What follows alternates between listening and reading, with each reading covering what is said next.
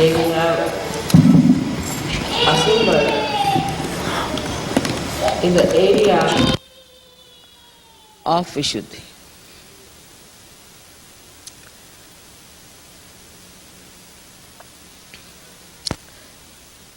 In the Gita, Sri Krishna has described the area as Kshetra. And the one who knows the area is called as Kshetratya. Jna, yesterday I told you, Jna Agya means the one to know on your central nervous system. So the one who is the knower of that area is the Kshetratya. Today we are going to know about the Hamsa Chakra. That is the area of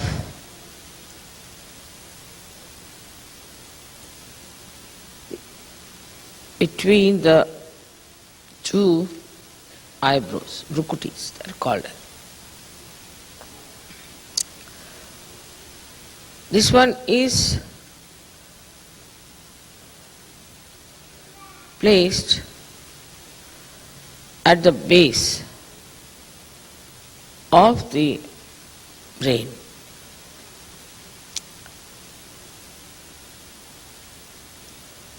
Which is called as Murdha. And this part is the complete controller of the whole of the base of the brain. Again I say base of the brain. And that is a part of the Vishuddhi still.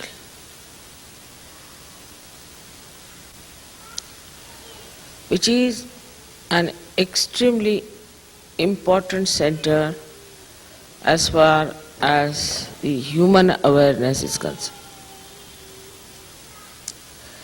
Because these two nadis, Ida and Pingala, before entering into Agya and giving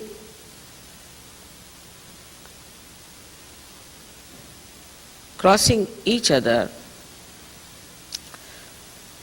part of them crosses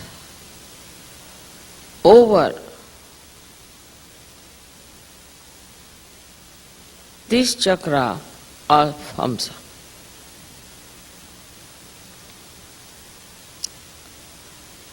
So when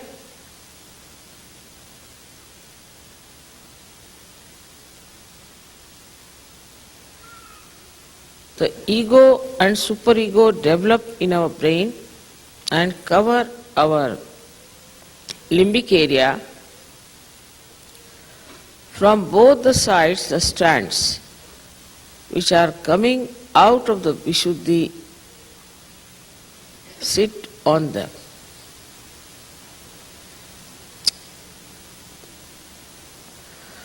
So they also control these two institutions from outside. For example, it crosses like this, goes up like that from Hamsa,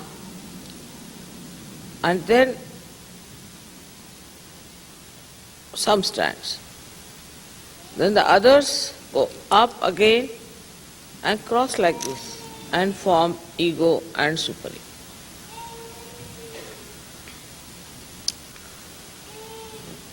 So from the back side, on top of them, these two strands go and sit. You all know that Hamsa Chakra gives you discretion. But still we do not understand what do we mean by discretion?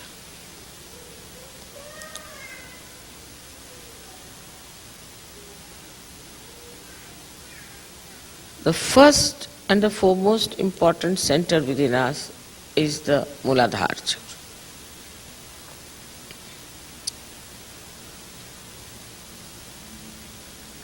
If we do not have the proper discretion about Muladhara chakra, we get into wilderness, I should say, or we open the doors of hell for ourselves.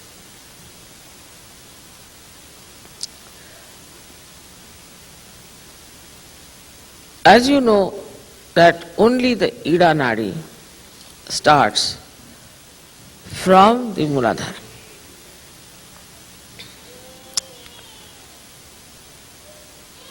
That means is the desire, power of desire within us starts from Muladhara. But it's not the mental, which is the Pingala Nadi, which starts from Muladhara. It starts higher.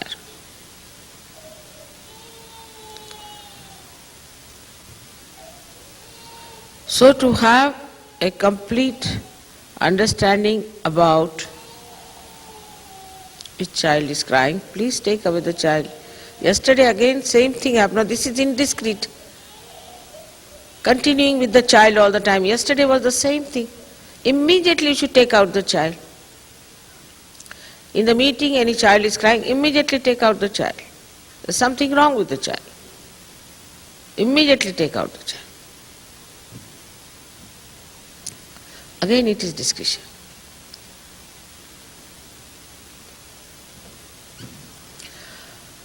So one thing one has to know that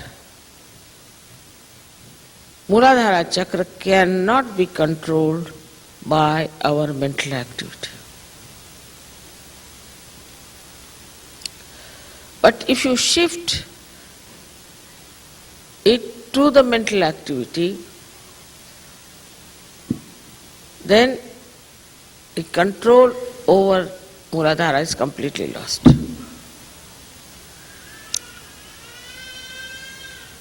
Apart from whatever has happened in the West, Muladhara chakra is all gone into the mental activity of human beings. It is so much discussed, talked, it is so much described, written down, so much read, so much put into our heads that it has become a mental activity.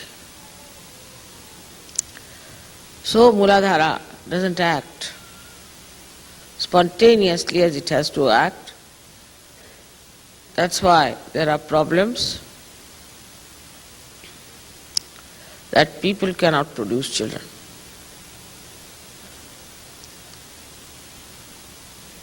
So many become impotent very early because it is used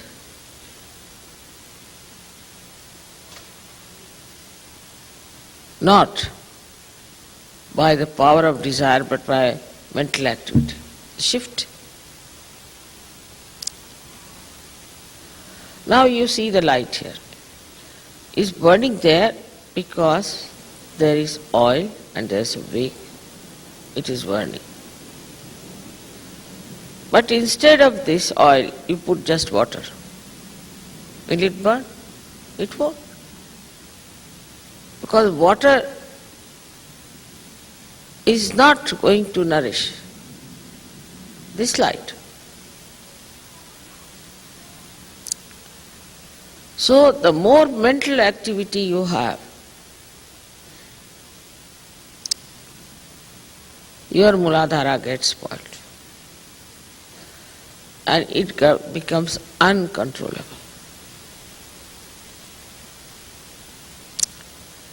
But if it is left to your desire, so it becomes spontaneous.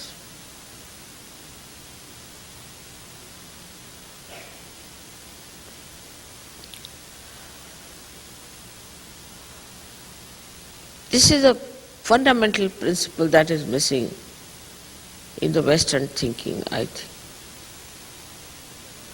That whatever is spontaneous, they leave it to the mental activity.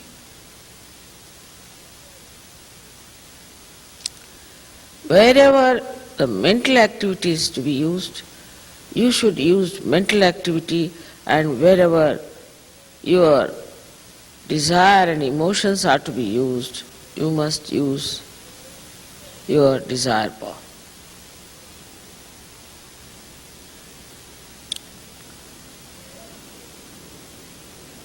Also, it is spontaneous, though it should not be an obsession. Any obsession cannot be spontaneous. It just at a moment you have the desire. That's all. But all the time if this it's in your mind, that means you are using water to have the fire.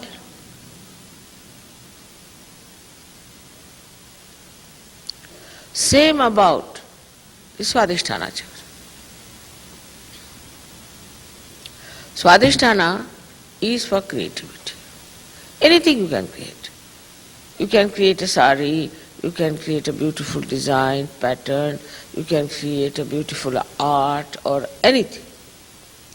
But as soon as you put it on a mental level, it's finished.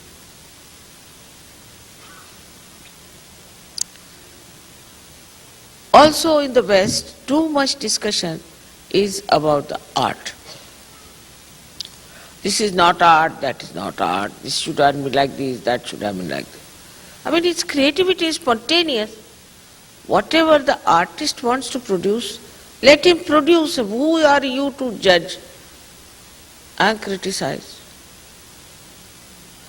You cannot appreciate anything unless it is brought to the mental level.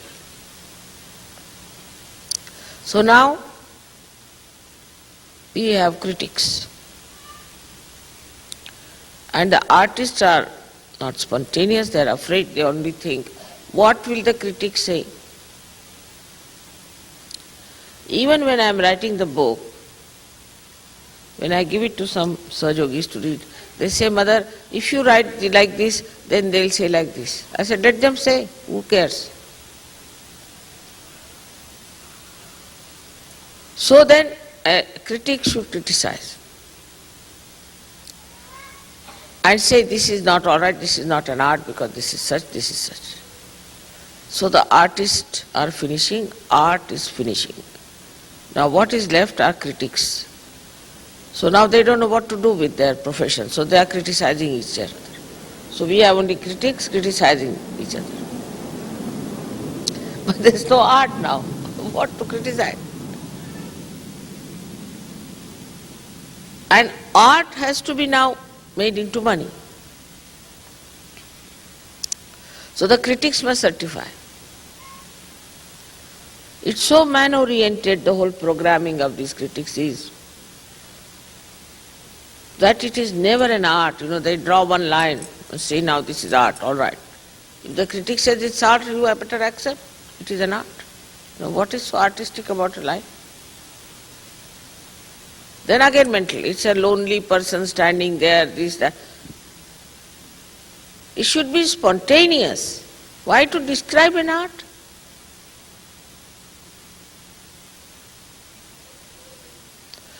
So the mental level is so alert and is all the time trying to see things according to certain norms. All these norms are created about something so spontaneous like sex,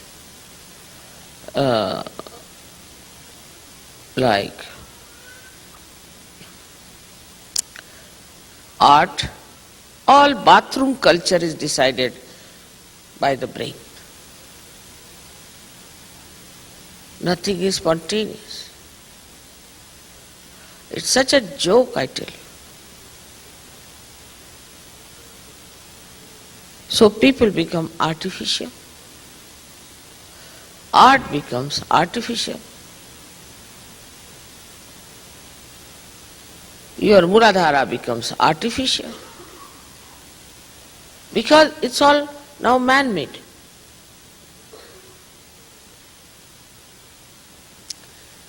All the spontaneity is lost. If you see any art from any country, just watch. Why must you react to it? Just watch. As Sahajogis, you should just watch. And the whole thing will start flowing through. Now this Greek tragedy of romanticism. Then the romance of Romeo and Juliet. All is imaginary, is all mental. There's no spontaneity in it. And then you are accept only relationships when there is artificiality, even between husband and wife. Like the husband must bring a flower every day to the wife, show her a flower, as if she's a priest or something. And the wife must, I don't know what they do, all artificialities. And then he must say thank you 10 times to her. And she must say sorry to him 100 times. I mean, they are husband and wife, left and right side of a chariot. And then the men expect this should happen. Women expect this should happen. Men expect the women should be like men, and women expect men should be like women. Men are very particular about time, women are not. So women must be very particular about time, otherwise they think she's the worst person they have ever known. The woman is, say, more particular about her kitchen or maybe about her dress. So the man would get angry with her because she takes too much time to get ready. It's mutually so indiscreet that the relationship becomes absolutely absurd. There should be understanding that she is the left side and you are the right side, and both of you have to act according to your nature. On the contrary, you want to make somebody look so funny, because imagine a man becoming a woman and a woman becoming a man. You see, it's a joke. But that's what is happening. Whatever the men are supposed to do, they cannot do. Whatever women are supposed to do, they cannot do. Whatever the children are supposed to do, they do not do. For example, children in the West will go on asking, why? Who are they to ask why? What is their growth? What is their intelligence? What is their maturity? They cannot be treated like a judge sitting in the court. They are children.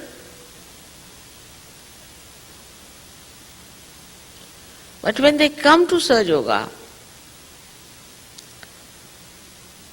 they lose that discretion. First, before coming to Sahaja Yoga, the husband and wife quarrel all the time. Half steps are in the courts and half outside. After Sahaja Yoga, they cling to each other so much like glued together. It's impossible. So much so that for the wife's sake they will leave Sahaja. They ruin each other like that. They're glued together. Before Sahaja they neglect their children, don't bother. After Sahaja they are glued to their children. Then nobody can say a word against the child. The child can go and hit anyone, you cannot say anything. They ruin the child. So the discretion is lost completely in relationships. Whether it is sex, whether it is creativity, whether it is family, anything.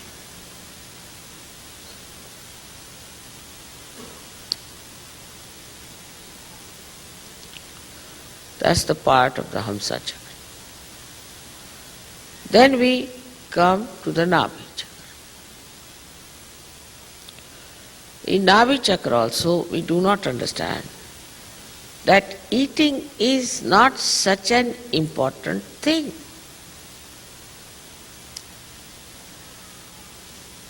Doesn't matter if you don't eat your food today, what does it matter? It's very important, you know. In Pune we had a puja,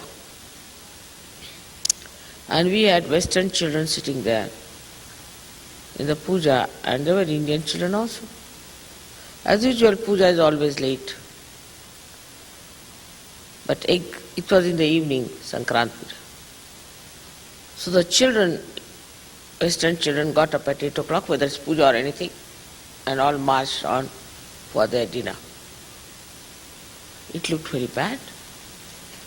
Indians couldn't understand, how can that be?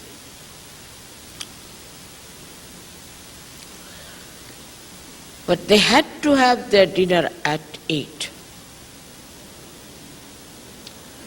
Supposing they don't eat their food at 8 o'clock, what will happen? Will they die?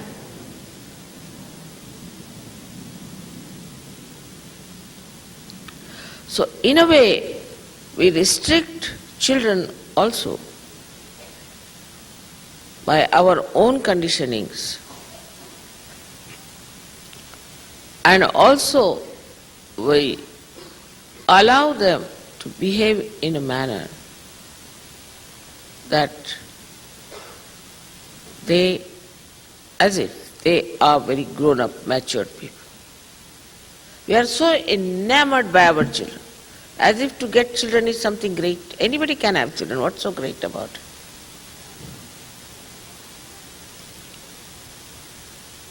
You have to look after children, it's all right.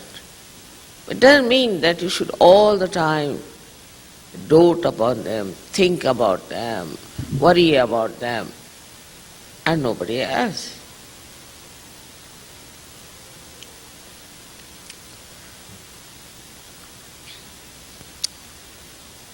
So if you have to enter into the limbic area, which is the Virata's place, which is the, I would say, from Vishuddhi to Hamsa, and then to your limbic area,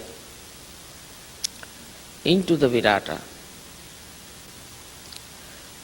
then your interest must expand. So the other discretion should be that, am I only thinking of my child? Am I only thinking of my wife? Am I only thinking about them? Or I am worried about other children also. I am thinking about other children.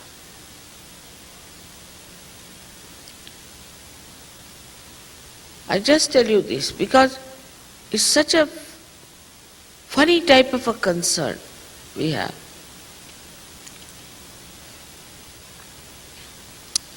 And you destroy your children also by this kind of indiscreet concern. Like we had a school in India, and the children who stayed in Pune, I had my puja. I told them don't bring children because I knew these children are Western children. Not easy, they can't bear anything. But the children insisted and the teachers had to bring them. So the puja was over as usual, very late, about I think 11 o'clock in the night. And there was no transport. And that's why I said don't bring them. So they had to get some sort of a truck, because these days we were not getting petrol, we were having a very bad time. So they had to go on the truck. It reached there by about 2 o'clock. Some of the fathers were staying in my house. Next day they said, Mother, our right heart is catching. I said, what is that? Such cruelty. I said, what cruelty? The children reached at 2 o'clock in the school. So what? Right heart is catching. What attachments!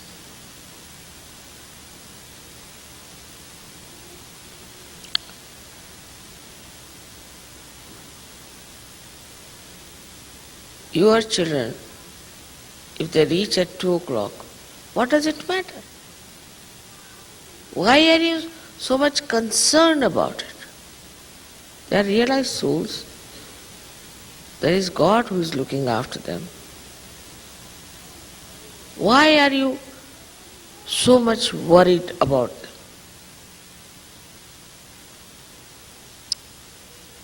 Leave them alone. Send them to Indian school. Then the mothers are sitting there. Teachers don't like it. No one likes it. They are just gone there. Mothers. No school allows such nonsense. But in Sahaja Yoga they think they have a right. What right have they got? Have they paid for the school? Have they done anything for the school? What right have they got to go and sit in the school?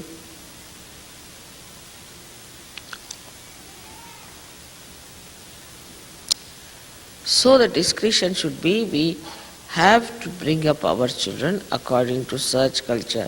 The first of the principles of Sahaja Yoga is fortitude. Sahaja Yoga is not meant for such dainty darlings.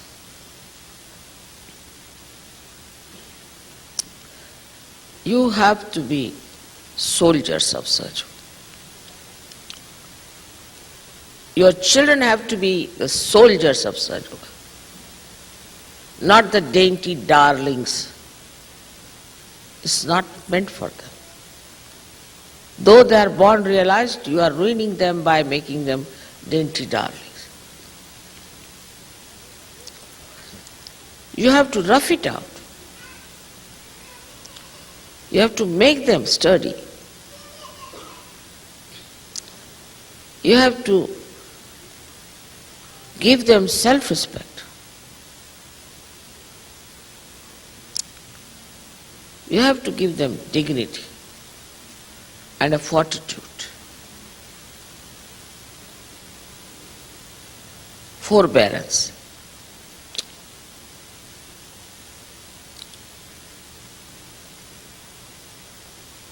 So, this left nabi, right nabi, especially the left nabi, is a very big problem.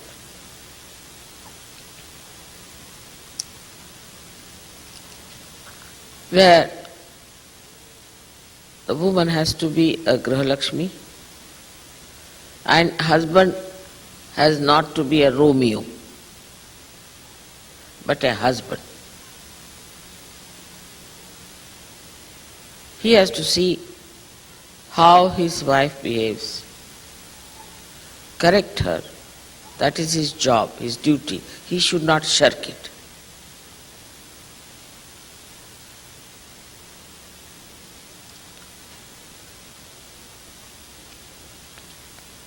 Grihalakshmi is the woman who should know that she has the great responsibility of creating a very great society of Sahaja Yoga. She is not an ordinary woman. How many women got their realization before? But in Sahaja Yoga, if you find the ladies, you'll hardly find very few who are really alert. Most of them are in trance condition. They don't know anything.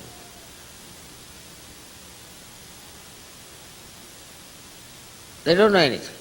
They don't know much of cooking. You ask them anything, they don't know anything. You talk to them, you feel as if they have taken some sort of a drug. Nothing goes into their heads. Sometimes one feels it's better I do it myself. Impossible.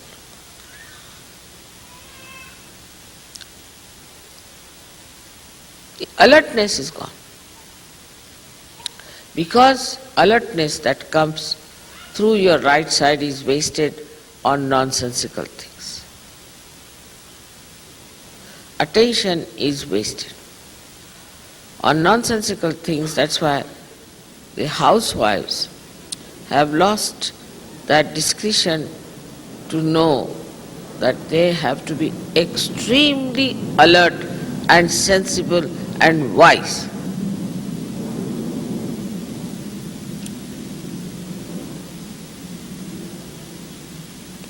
They should know each and everything. It's not so. They just live in the air somewhere hanging, You don't know what to say to them, how to ask for anything, how to explain anything to them. It's an impossible situation.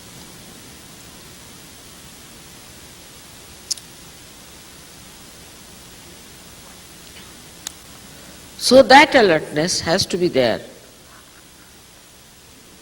in a housewife is an extremely important.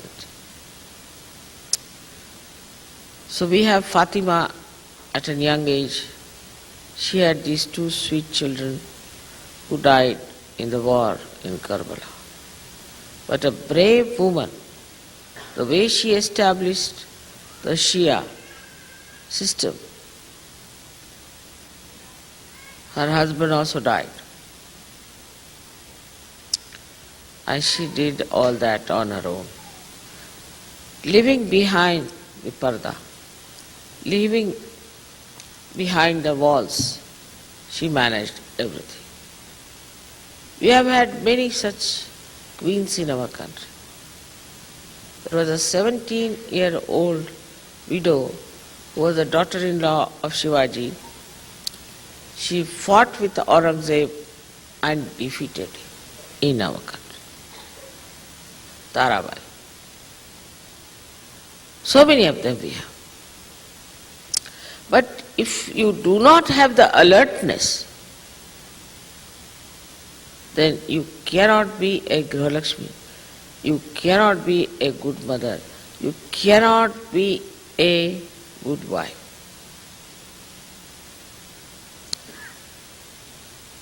There's no slavery in it. They don't know even what pleases their husbands. How to create peace in the family. What to say, when to say, beautiful things and when to be strict. All this discretion is not there. Either they are shrews or they are slaves.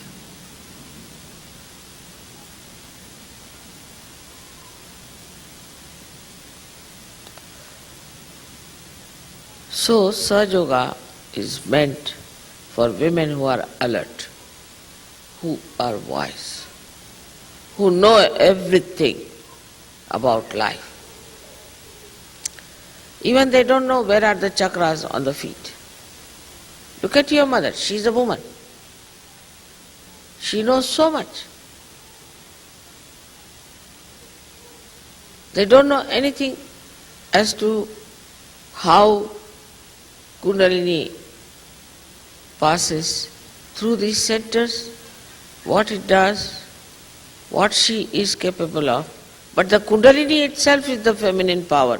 She knows each and everything about you,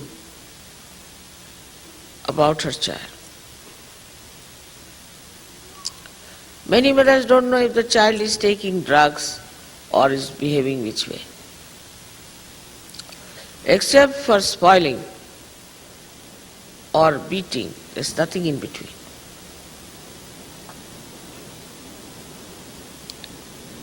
With discretion,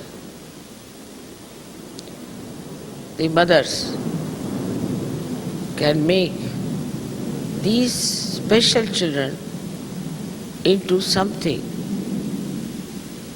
That is my vision about them.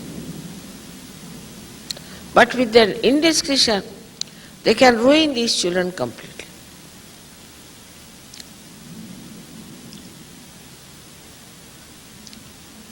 This is so important that our Hamsa should be all right, that we should be able to create a beautiful home, a peaceful home, not only for our family, but for all the other Sajjogis who come to our house. I don't know how it has come into the brains of Indian women. I don't know how. But if you have to please them, you have to just say, "Sister-in-law, will you cook this for me tomorrow?" That's it. Or if you say, "I'm coming for dinner or lunch," that's the best. They are very much pleased. Oh. Just they'll start thinking, what am I going to cook? What does he like? They know about each and every person what he likes. It's not slavishness. If you want to please someone, it's not slavishness. The whole nature is there to please us. Is it a slavish thing to do?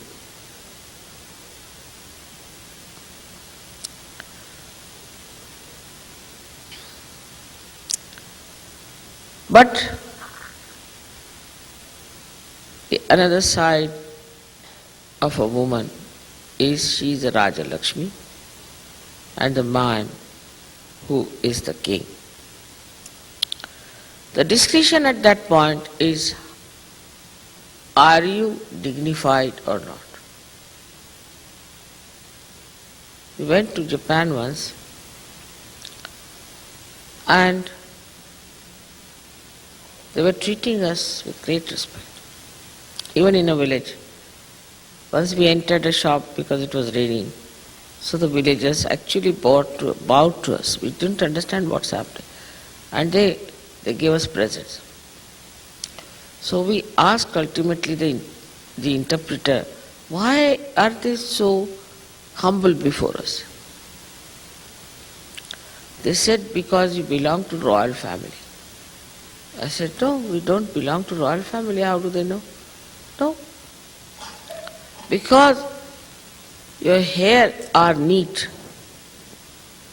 Your daughter's hair are neat and shiny. And you don't go to hairdressers. Is this a sign? Is this a sign of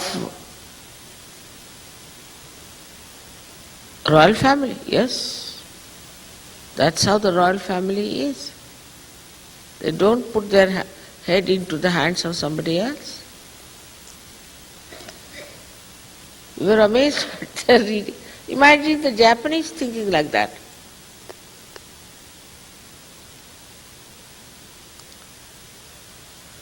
So the discretion is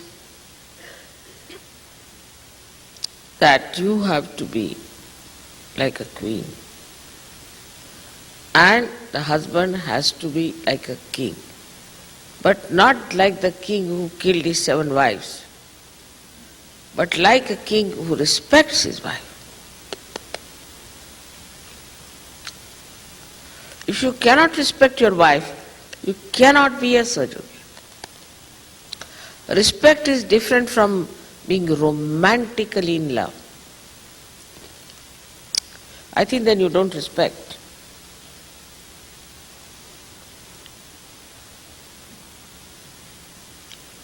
Respect your wife is a very important thing in Sahaja. For this, I would say the Indians are not so good. But also I know some of the Western people are also quite funny.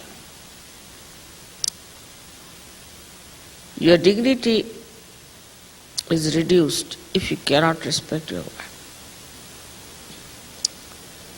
Indians, especially in the North India, not in the South, they lack this, respect their wives.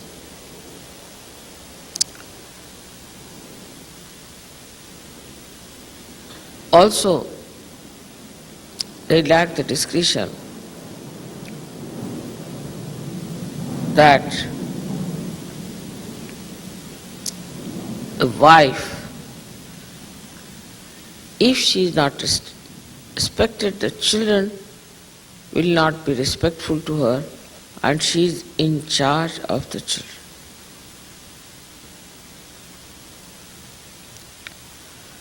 But the most indiscreet thing about Navi is that you don't listen to your Guru. 100 times you tell something to Sahajogis, but still they will not listen to me. Still they will do as the fashion tells them or the norms that they have.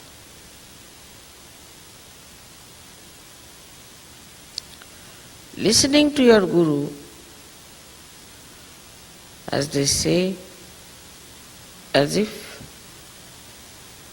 is to obey God Almighty.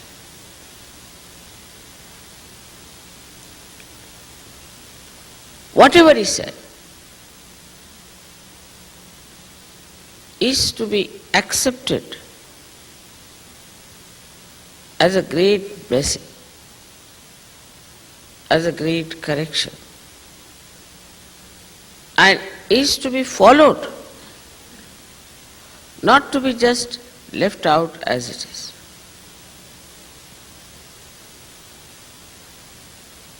As you know, your mother is your Guru and she is your mother. Also she is Mahamaya. Also she is Adishakti. And she is so gentle. And she is so kind. She says some things to you to correct you. So many lectures I have given of telling you what is important.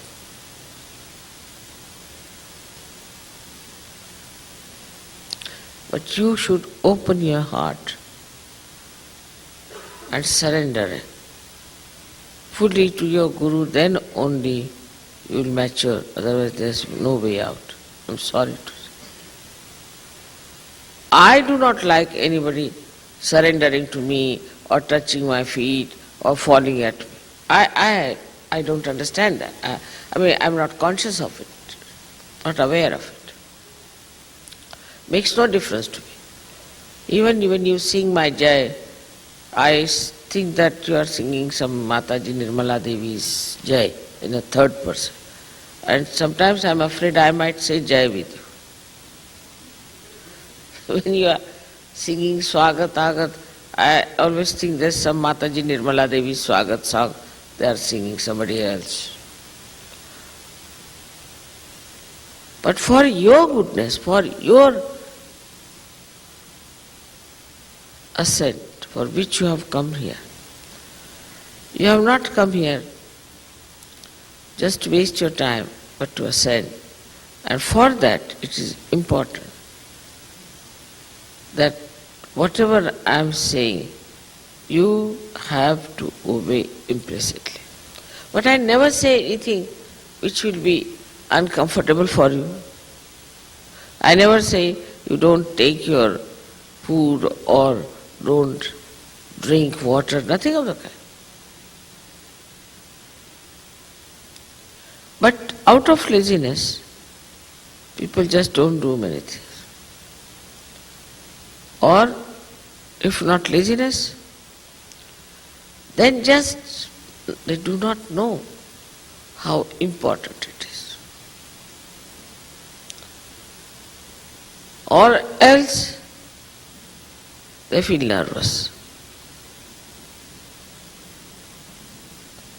So the discretion is that Guru is Parabrahm, any Guru, Sadguru. But what about the Param Brahma itself, which is your Guru? I do not say things as hearty as the Gurus used to do it. I mean, if you read about them, you will be shocked. But whatever I say, every word, you must note is for your benevolence and for the benevolence of the whole world. And by not obeying that, you are not only spoiling your own chances, but the chances of the whole world. So you understand how important it is. If you are the disciple, if you are blessed by your Guru, all these things are written about them. But I say not only that you are my disciples, but you have got your realization. You are Sajogis. You got all the powers. You know each and everything. You are so special people. For such people, there should not be any difference of opinion. Because you know the same thing all the time.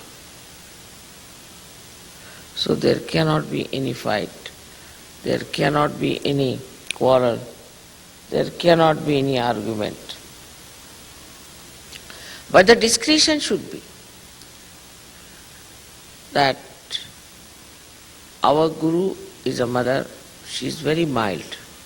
She is very gentle. She is very kind. I know that. One day, my brother told me that what sort of a Guru you are. When my Guru was teaching me tabla, he used to break the tanpura on my head. And even one percussion I would make wrong, he would bring his hammer, and now I am going to break your nails. I said, there's no need to do all this. Not necessary in sadhu. Because they are self-disciplined people. So there has to be the self-disciplination, as you can so call it, on the Hansa Chakra, which is the one which knows what is right, what is wrong, through which we work it out. Whatever is the right, that's all we do. Otherwise we don't do whatever is wrong.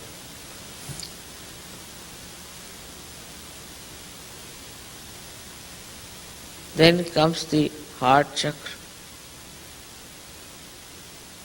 We talk of love, we talk of this, we talk of that. Oh man, so much of talk of love in the West, which is never in India.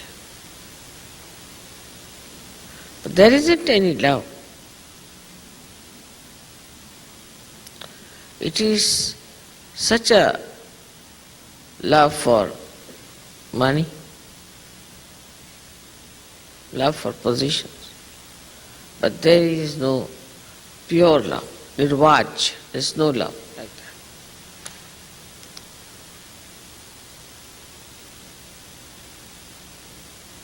So the discretion between your family and others' family is to be seen. Very clearly, you will know that you are doing something wrong. This is more in India than here abroad, that there is no discretion about the family. Like people are coming to see me.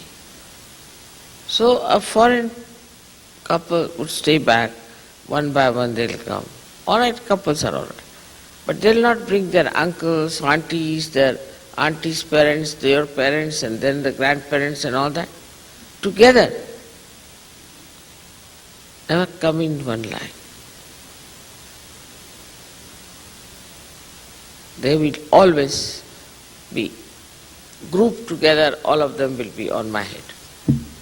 I've seen. There's no discretion then. That we are individuals as far as mother is concerned. She is our mother, she is our guru, and we have to face her individually, not to take all this paraphernalia with us. All our relations, my brothers or my sisters or my this and that. So the discretion as far as the guru is concerned is an extremely important thing in Sahaja Yoga.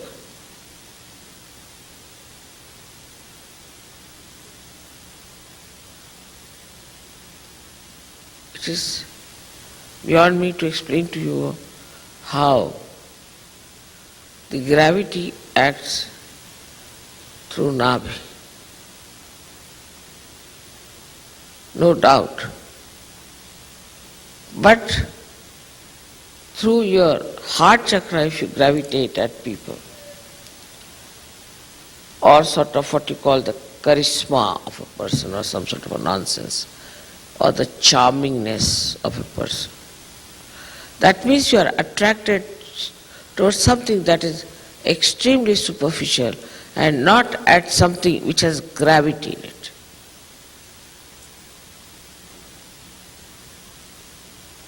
So,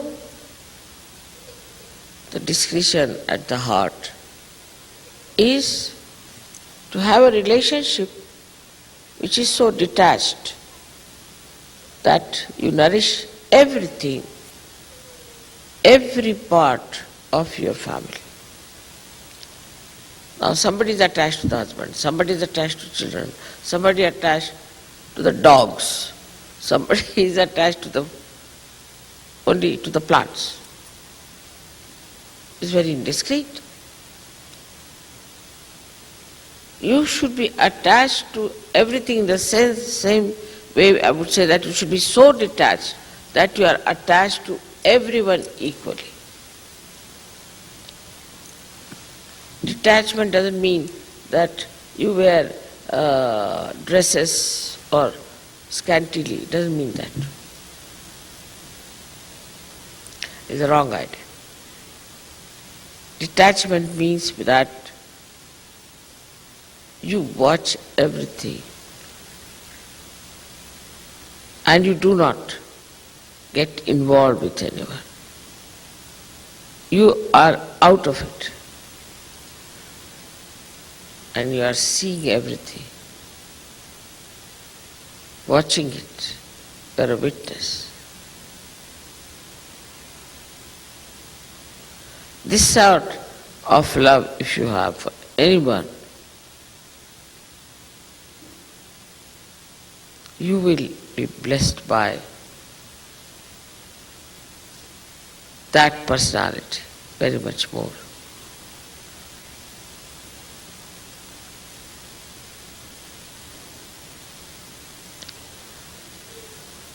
So now the discretion of the Vishuddhi is another very important.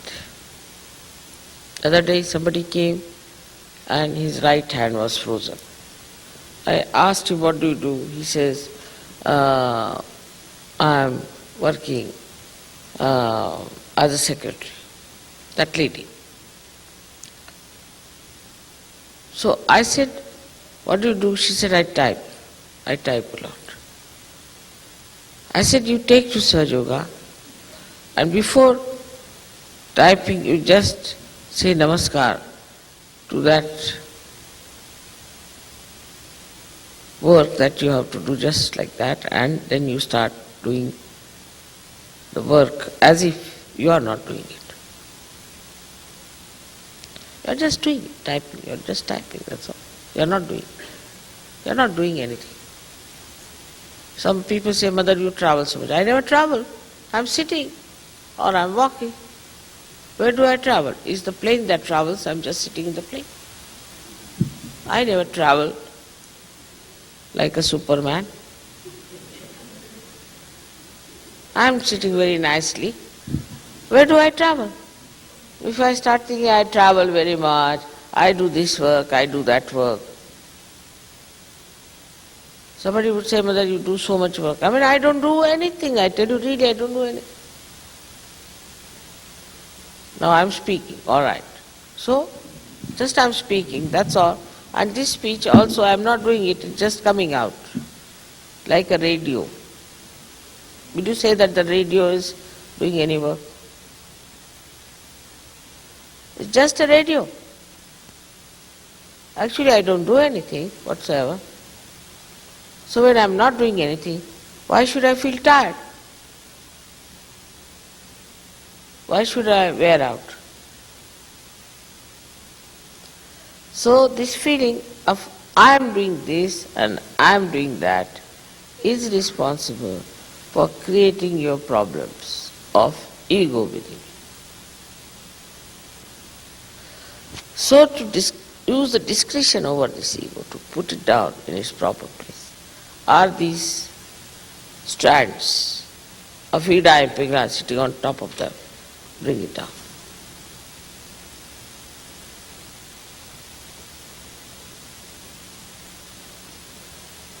And it's like a brake and an accelerator. So if somebody has too much of ego, then the discretion, see, is missing from that person. He does something, thinks, I have done this, I have done that. As they say, Humpty Dumpty sort. And then he suddenly finds, that's finished. I was very stupid to have such an ego. So what does he say? All right, Mother, you do for me. You work it out. Finished. It's done. Of course, I don't do anything, nor you do anything. But if you just say, Mother, please do this for me, it's done. If you say, Mother, come in my head, I come in your head. Come in my eyes, I come in your eyes. Say what you like. I don't do anything at all. Neither you do anything. It just works. Somebody else is doing, all right. Need not bother about that. Somebody is doing it. But as long as I am not doing it, I am relaxed and I am not worried. I am not upset. So Vishuddhi is a very, very important center. And for you Americans especially, American surgeries, you have to know that to be in the Vishuddhi means you are in charge. Not doing anything, but in charge.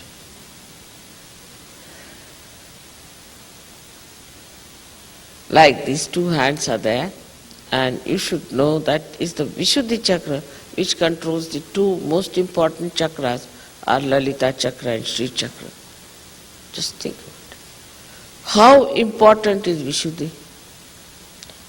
How important is America? Just think of it.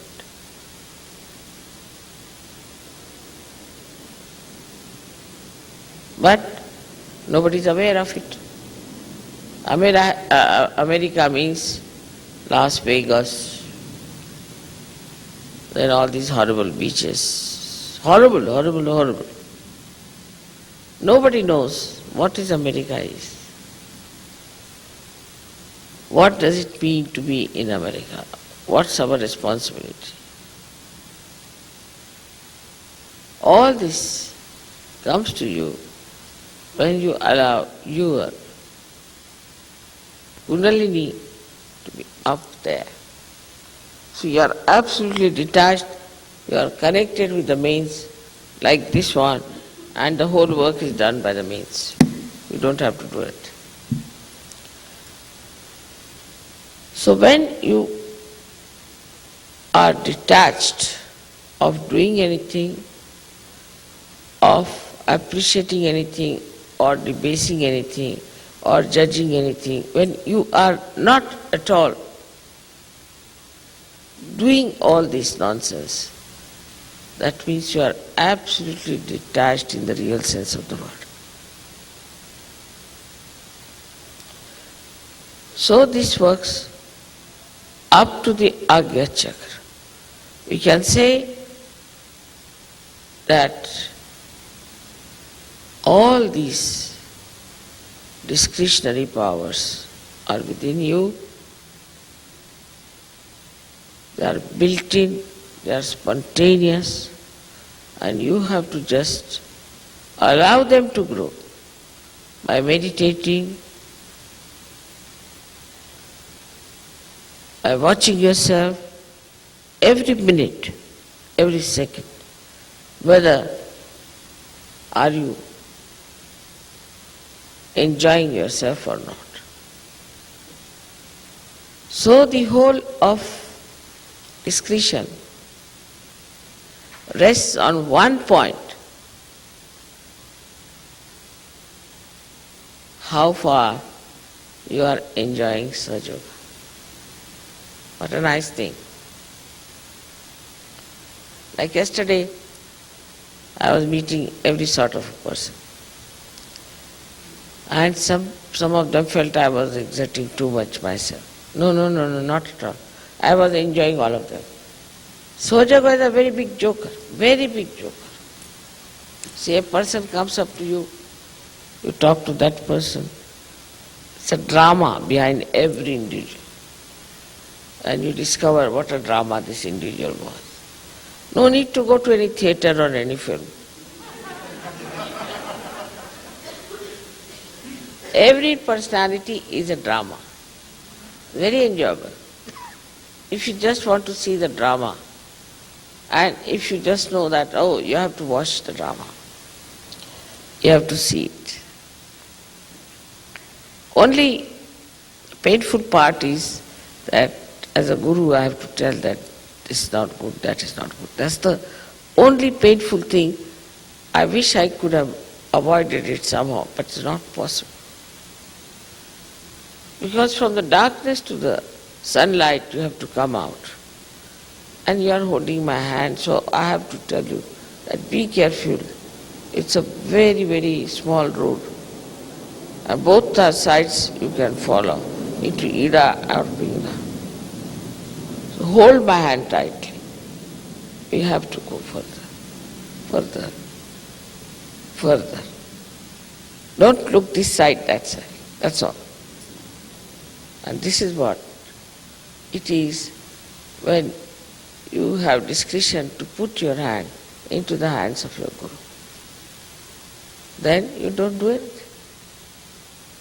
Just watch everyone, see everyone, and only thing you do is to enjoy. Whether you do it or not is not the point, but you are in the state of enjoyment, complete in the state of enjoyment. And that is the state we have to achieve. It should become that state as our own being.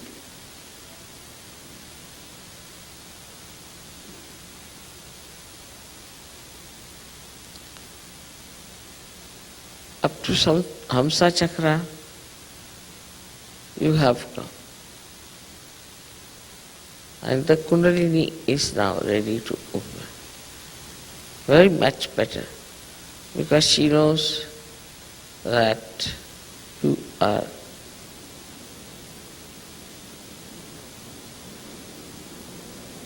in a state. She knows you now. She knows you very well.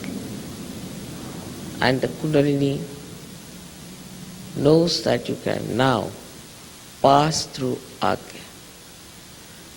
The attention can pass through Agya because you have discretion. You have cleared out yourself of all these loads and things, and you can now pass through this Agya.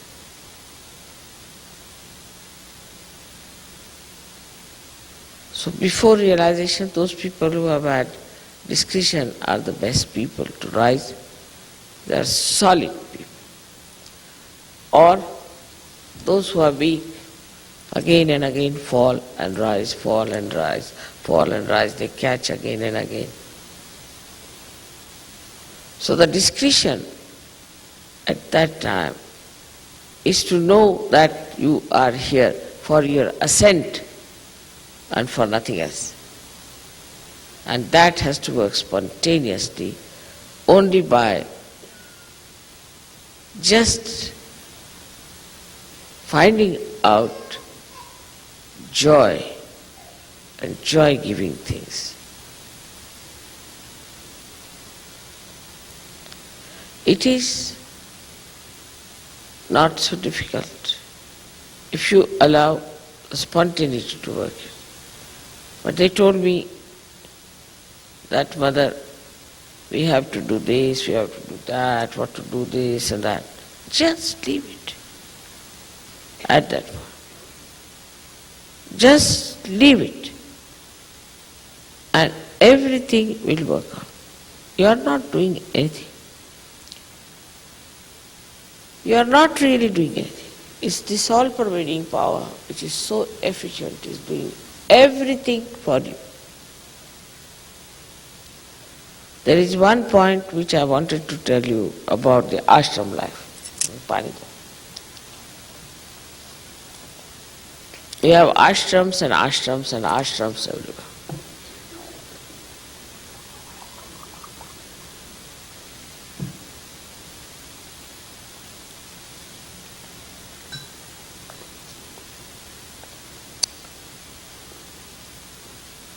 Ashram is a small world, which is a symbol of an ideal world of the enlightened people. It's not that only those who are having no house, all right, you have no house, come along, because you can pay the rent. Is meant for people who are of that quality. So now in the ashram one has to realize that you are under complete observation. So you have to be alert. Somebody is watching you, now you have come in the camera. You are now in the ashram.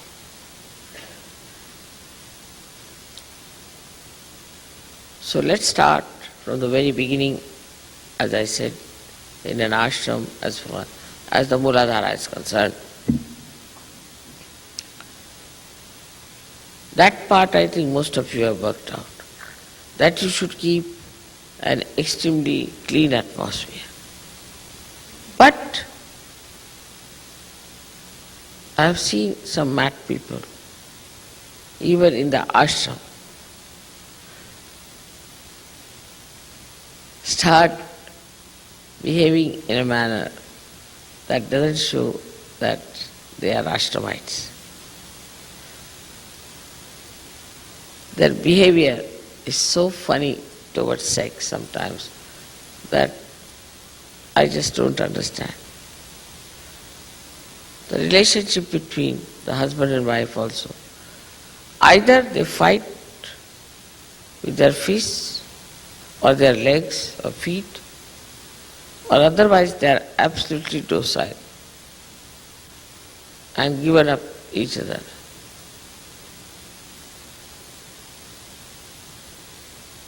It is such a misunderstanding we have without Hamsa Chakra being enlightened. That we take to things which were so dangerous for us, for our society long time back, just for granted. And we start doing the same thing. If not go down to that level, but we try to keep company with such people, we try to so-called help them, whatever we try to do for them all the time. We are so indiscreet that whatever we try to do for others, anything, either there is some sort of a passion or a obsession or some sort of a gain or whatever it is, then it is indiscreet, absolutely indiscreet. Because you don't do anything, it just flows, goes to everyone. So in the ashram, the life should be very pure, the relationship should be very pure. There should be respect of the elders. Those who cannot respect their elders will have a right issue problem, always. They must know how to respect their elders and a proper respect of the representative of your guru.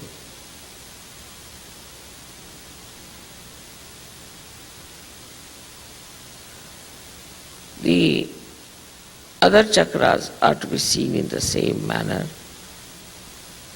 In an ashram, try to have things which are spontaneous. Not to have something artificial or something your guru won't like. Like I don't want to see there some sort of funny paintings or some sort of a funny, suggestive, stupid kind of an emblem. In a household that is such, it should be felt by anybody who comes in, feel, oh, this is an ashram. Clean, neat, tidy. And also, ashram should be a place of peace and happiness and joy. If somebody comes to that ashram, he should feel, what a place I found. What a nice place it is. I wish I could also come here. It's only your discretion that works it out. That whatever you create, whatever you do is for the best. Now what do? You bring some water to me, I just put my hand. I do not vibrate. I do not do anything to vibrate or just put my hand. Finished, it's vibrating. Now why should I take any credit for it? Just vibrate it, finished. Do I do anything? Anything else have you seen? Nothing. Just put my hand, finished, it's vibrating. In the same way, when you are doing something, you just think that I'm not doing anything. It's just this hand put there. If there's some red on my hand, the water will become red.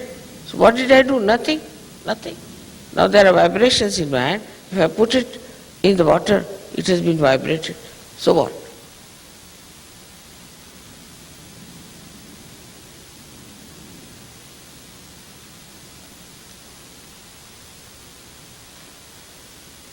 Now in the ashram, I have seen people are not alert at all. Now there's a telephone call comes in. It gets lost. Or there's no communication. One person doesn't tell another person what is the telephone that has come. But even in the household, we have to be careful and alert. Like you put a paper there or some sort of a notebook where you should write down today whose telephones came, write it one after. So when a person sees a telephone call has come, that person can telephone back. It's one of the examples I'm just giving you, how you have to be alert about it. Now, if you are cooking, you should know how many people are going to eat. There are going to be, say, 10 people. Then the food will be cooked only for 2. But if there are 2 persons, then the food will be cooked for 10 people. And then the food is thrown out. Because after all, this is absolutely absurd. I must tell you a story of Mahatma Gandhi. I was in his ashram. I was quite young at that time, but that is on my very much recorded. So he wanted everybody to stay for dinner, lunch. They said, but we are going there. It's all right, you can have your lunch with me. And they were having conference, all the big Johnnies sitting there. So he got up and he had the keys in his Janeyu, as they wear it, you see. So that sacred thread came out. With his key, he opened the storeroom and got everything taken out according to the allotment of every person. Like one person would get only one chatak. Chatak kya kehte? Huh? Ounce for each person. So he stood there, it was all measured, brought out for cooking. So all these people were there. Maulana Azad said, we didn't know, sir, that you have to do it yourself, to stand there with the keys to take out everything. You have wasted so much your time for us. He said, what wasted? Yes, for this you had to stand there and take out the food. He said, do you know, this is the blood of my countrymen.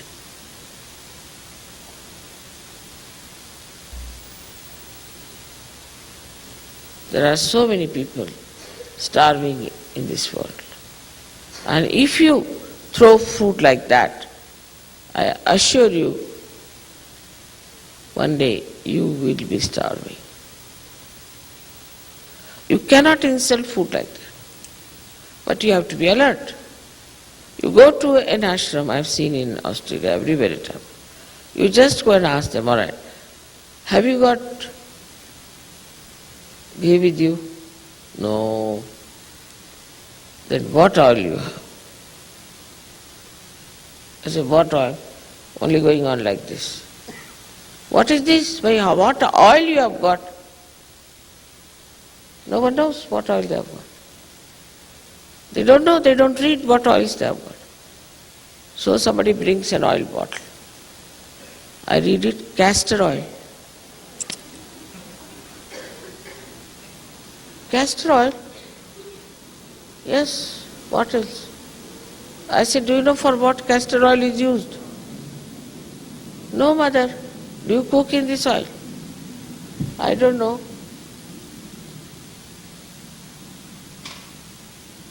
From where are you coming? Lunatic asylum or what? There is no alertness, is the point. So you have to get up at 4 o'clock, 4:30. I don't say you have to do it, but discipline yourself, because that's the time you get the alertness. The first shooting off the rays of the sun gives you that. You'll always see me early in the morning awake. Not that I need that, but for your sake I get up. You can sleep later on, but that time you just get up. First rays, sun comes much later, the rays come first. That gives you alertness. Then you have your bath, do your pujas, you are ready. By 6 o'clock you are ready and alert. But the alertness should be about everything. Now supposing I ask, where did you buy this? This should never be answered for anything. Where do you get this made? I know everything. If you ask, I may not know about this, but I'll find out from where did you get it, and I will know.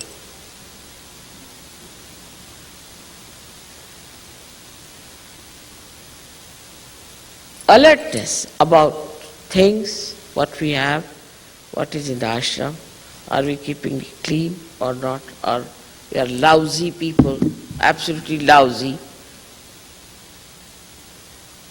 don't know anything. It's a big fashion to say, I don't know. I'm not asking absurd question like how many hair you have in your head or how many stars there are. A simple thing, if I say, how many cups you have got?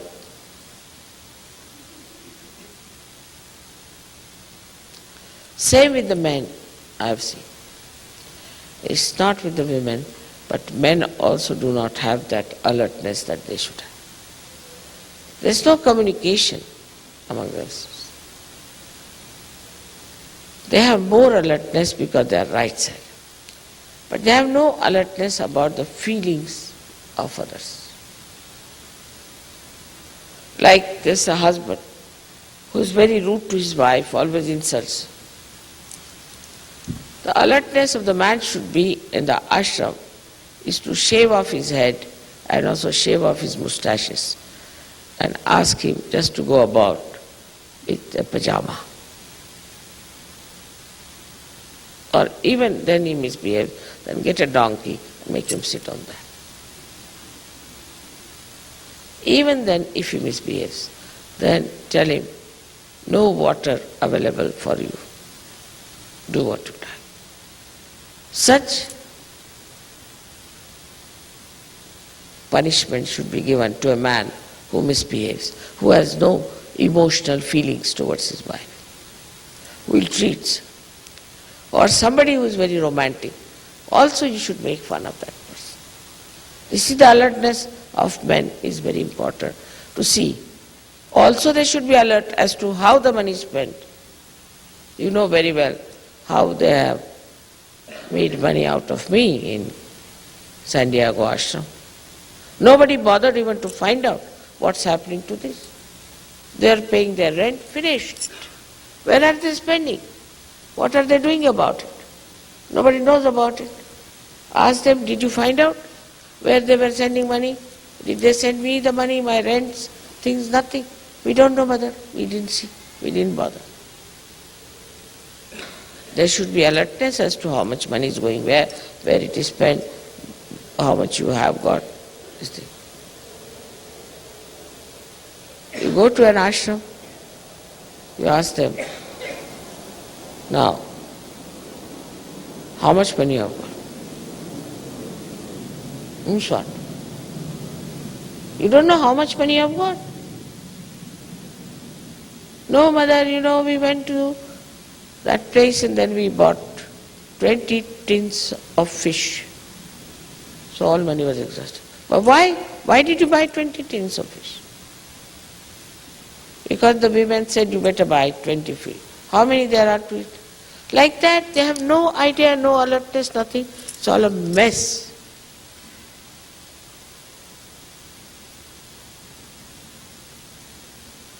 What time people get up, what time they sleep, what they do, there is no alertness about it.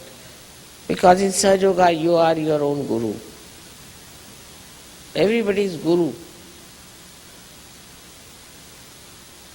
A great guru they are. You are your own guru, no doubt. But you must have that self-discipline. To be a guru, you have to be self-disciplined and a determination. complete determination to rise higher, to ascend by whatever means it is possible, whatever is needed for your ascent. That is a sign of a person who will be able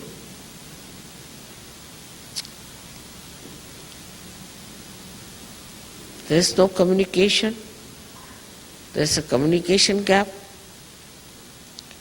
there is no understanding of each other, there are problems, there is no emotional attachment to anyone. That's not an ashram.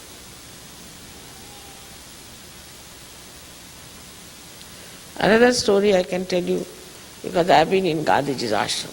Of course our ashram are nowhere like his.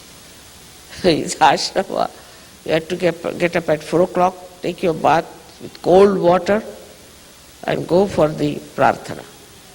And you would see all the snakes going round you. And when you are doing your prarthana there, all the snakes, somebody might be sitting before you doing like that with you. But no snakes ever bit any. You are not supposed to say anything. And this gentleman used to walk so fast, this Gandhiji, you see, he hardly had any weight. So he used to just jump.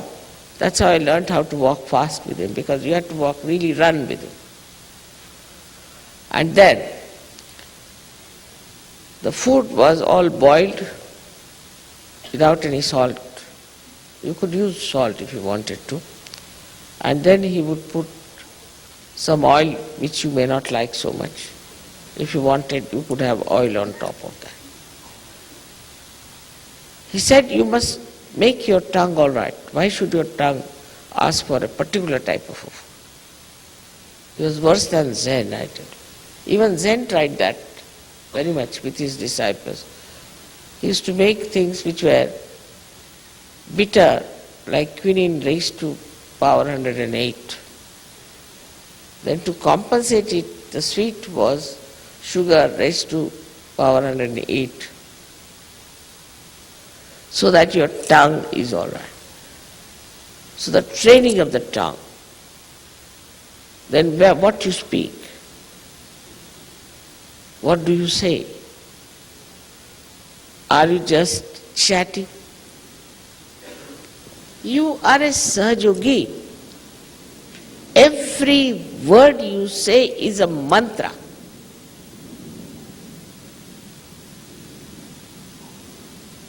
These ashrams are much higher and greater than all the ashrams of the world, even Gandhiji's ashram. Do you know that you are the instruments of God Almighty?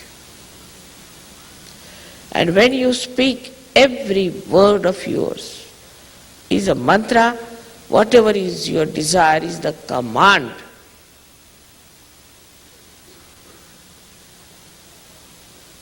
Unless and until you realize this, the alertness about it, our ashrams are just like orphanages.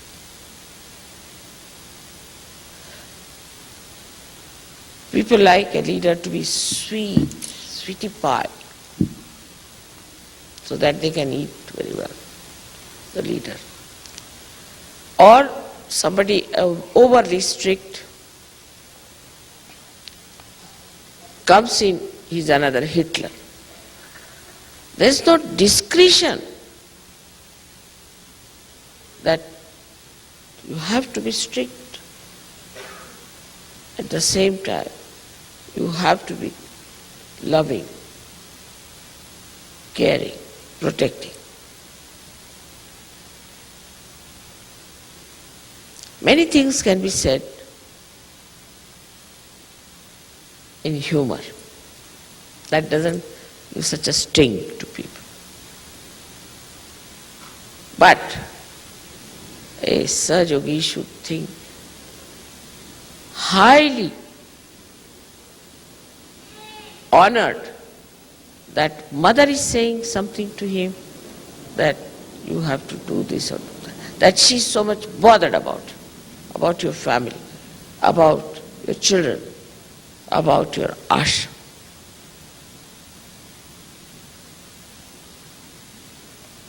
So that alertness should be also in the minds of the men of the ashram, how to behave, how to talk, what to say. You are the mouthpieces of God Almighty. How can you waste your time chatting?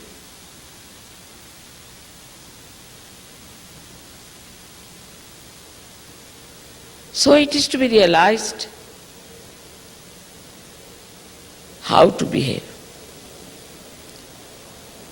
For a person who is the mouthpiece of God, you represent Him. Actually, how you should dress up, how you should walk, how you should sit, how you should eat. I was surprised that people are drinking beer in the ashram. I mean, it is non-alcoholic, but it's beer made of molasses. Anyway, it is beer. How can you drink that molasses business? Have you ever been near any sugar factory? The smell of the molasses. You are consuming that.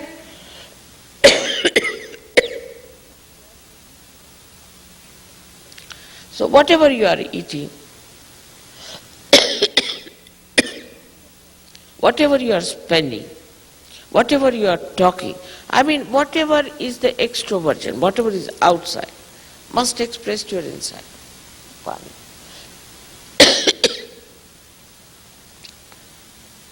So you have to develop your Hansa chakra.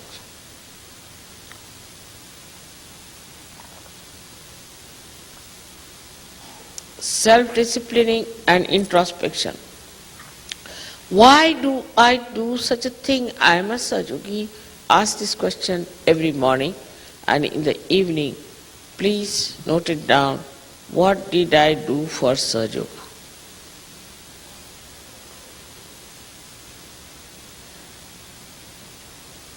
We have fun, we have music,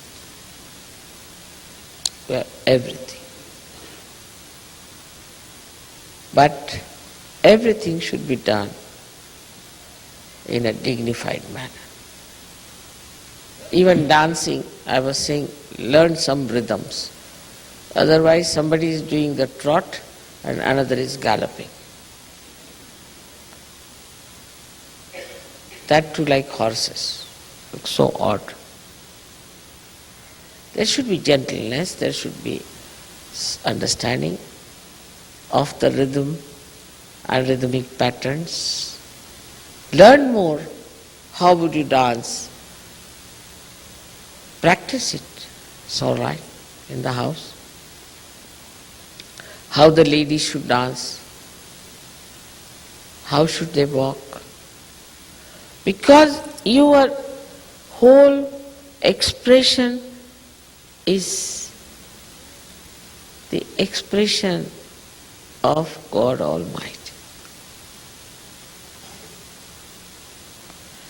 So, how you should be among yourselves, how you should talk, when you should get up, when you should sleep.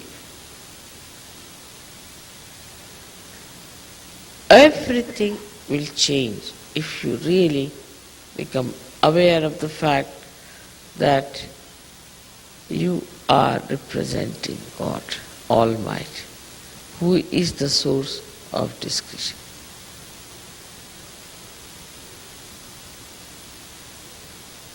In discretion, so many things you will learn. The first is the tolerance.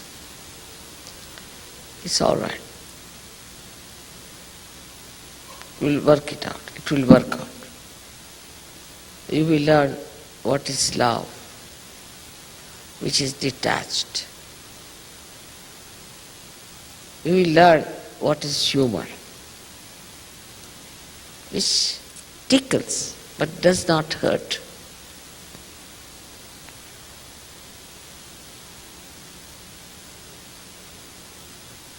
You will learn also what to say in your lectures, what to listen to. And of all the things, you will know how to fulfill the visions of God Almighty. Now today, I had to tell all these things, of course, is a part of Vishuddhi.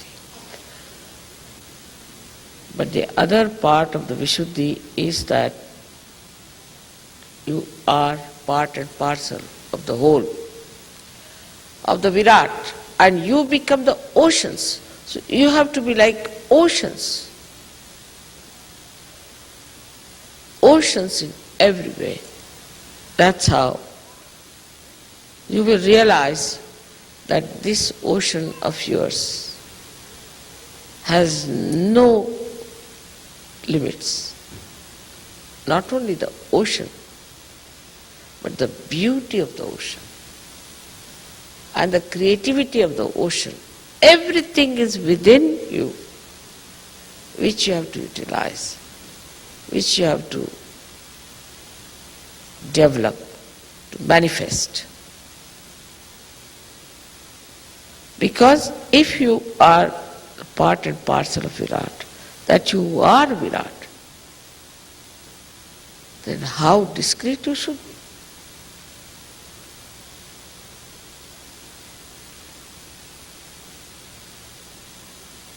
I hope all of you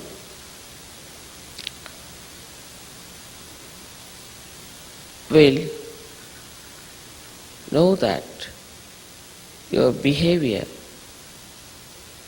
has to be of a level, not superficial, not cheapish, not greedy, of course not lusty, but dignified, saintly, royal, magnificent, beautiful, and joy-giving. May God bless you.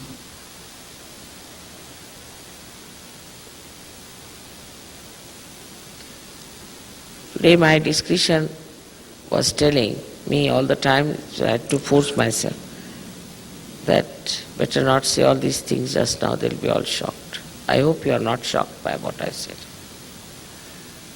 May God bless you.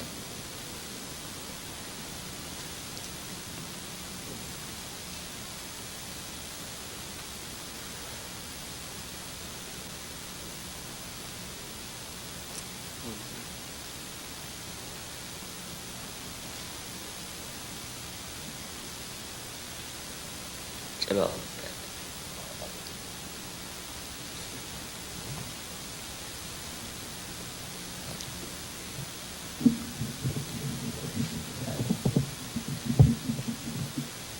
Just help her now. I'm saying alert. Come along, get her, help them. All of you are sitting tight. See now what is needed. Just now. Just see what she needs. Some of you should get up and help her. Just see what does she need. One person is rushing, doing, that's not proper. Yes. Come along now. Phil, please check the temperature. It's very hot. You need to mix that sugar.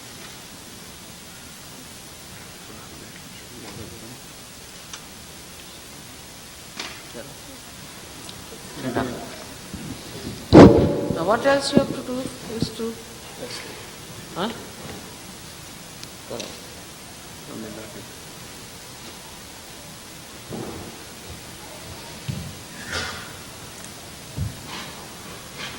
बड़ी मुश्किल से बोले आप finding it impossible. ऐसे लग रहा था कि they should not feel hurt. Kartani. Where? I don't think so. The catching of the heart is like. Ah.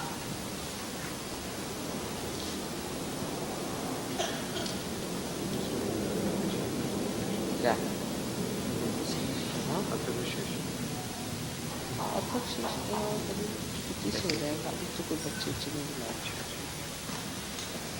Just say the stuti. Stuti. Karao. Leslie, need some cold water.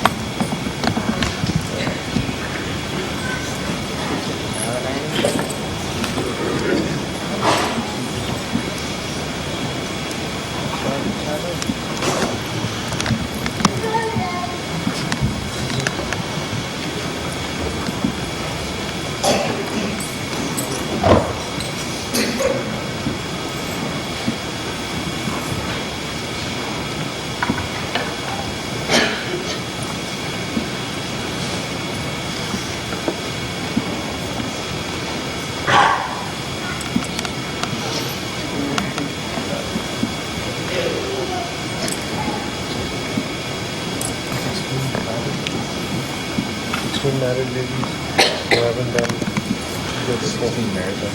Those who haven't done it before. And also teachers First all center leaders. Could all center leaders please come? Dr. Shimon. The leaders. And then the 16 ladies. And then afterwards, like 16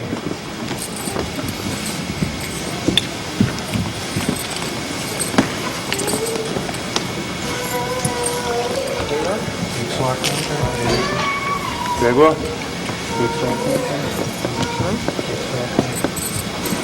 108 names. You sing? Tere. Patrick? Sing it. 108 names.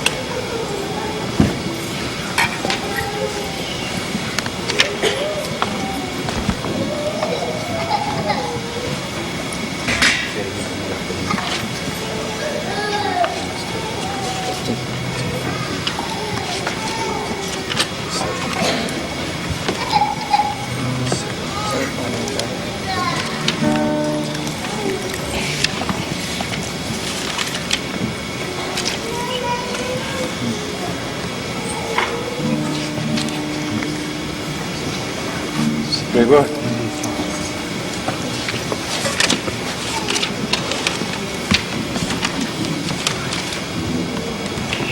Hindi page 5.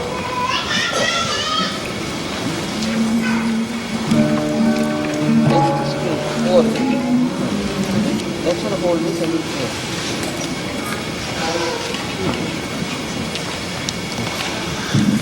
Hold it on the Put them in the tray. plate.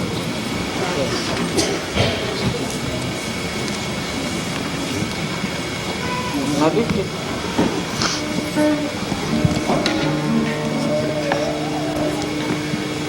Sharanagata ki Rachakarati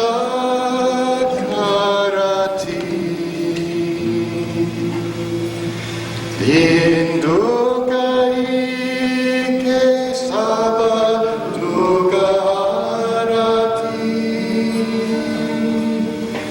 Jai